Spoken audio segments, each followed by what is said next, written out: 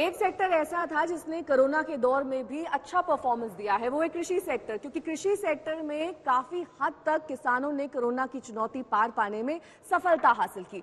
लेकिन अब किसानों की निगाहें सरकार पर एक बार फिर से हैं, क्योंकि जो 6,000 रुपए प्रति सालाना जो उनके खाते में जा रहा है, क्या ये आय 40% तक बढ़ेगी, जैसा कि सरकार ने दावा किया है।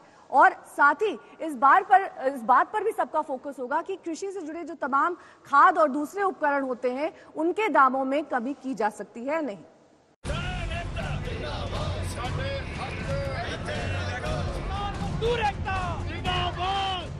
देश भर में कृषि आंदोलन की गूंज है। जिस बिल को सरकार ने कृषि सुधार कहकर पेश किया, उसे किसान खारिज कर रहे हैं। मामला सुप्रीम कोर्ट तक पहुंच गया है और इन्हें 1 साल के लिए टालने की बात चल रही है। ऐसे में 1 फरवरी को पेश होने वाला बजट सरकार के पास किसानों को लुभाने का बेहतरीन मौका बनकर आया है। लेकिन अगले किसी वादे को करने से पहले इस बार बजट में कसौटी पर रहेंगे सरकार के पुराने वादे। इसमें सबसे पहला वादा है 2022 तक किसानों की आय 2 गुनी। किसानों की आय 2 गुनी करने का 2022-23 तक का वादा सरकार कई बार दोहरा चुकी है। भाइयों और बहनों, गांव और किसानों के लिए महायुति की सरकार ने निरंतर काम किया है। 2022 तक किसान की आय 2 गुनी हो, ये हमारा संकल्प है। वादे के मुताबिक तो इस बार के बजट में इस टारगेट तक पहुंचने के लिए सरकार को ठोस ऐलान करने होंगे।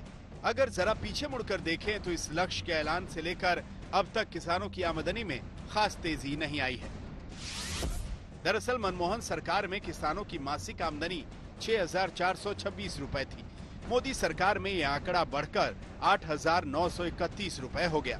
बीते 6 साल में किसानों की आमदनी महज 2,505 रुपए बढ़ी है। वहीं किसानों की आय 2022-23 तक 2 गुनी करने के लिए कृषि की विकास दर को लक्ष्य तय करने से हासिल करने तक 10% होना चाहिए था। लेकिन कृषि की सालाना विकास दर महज 2.9% है।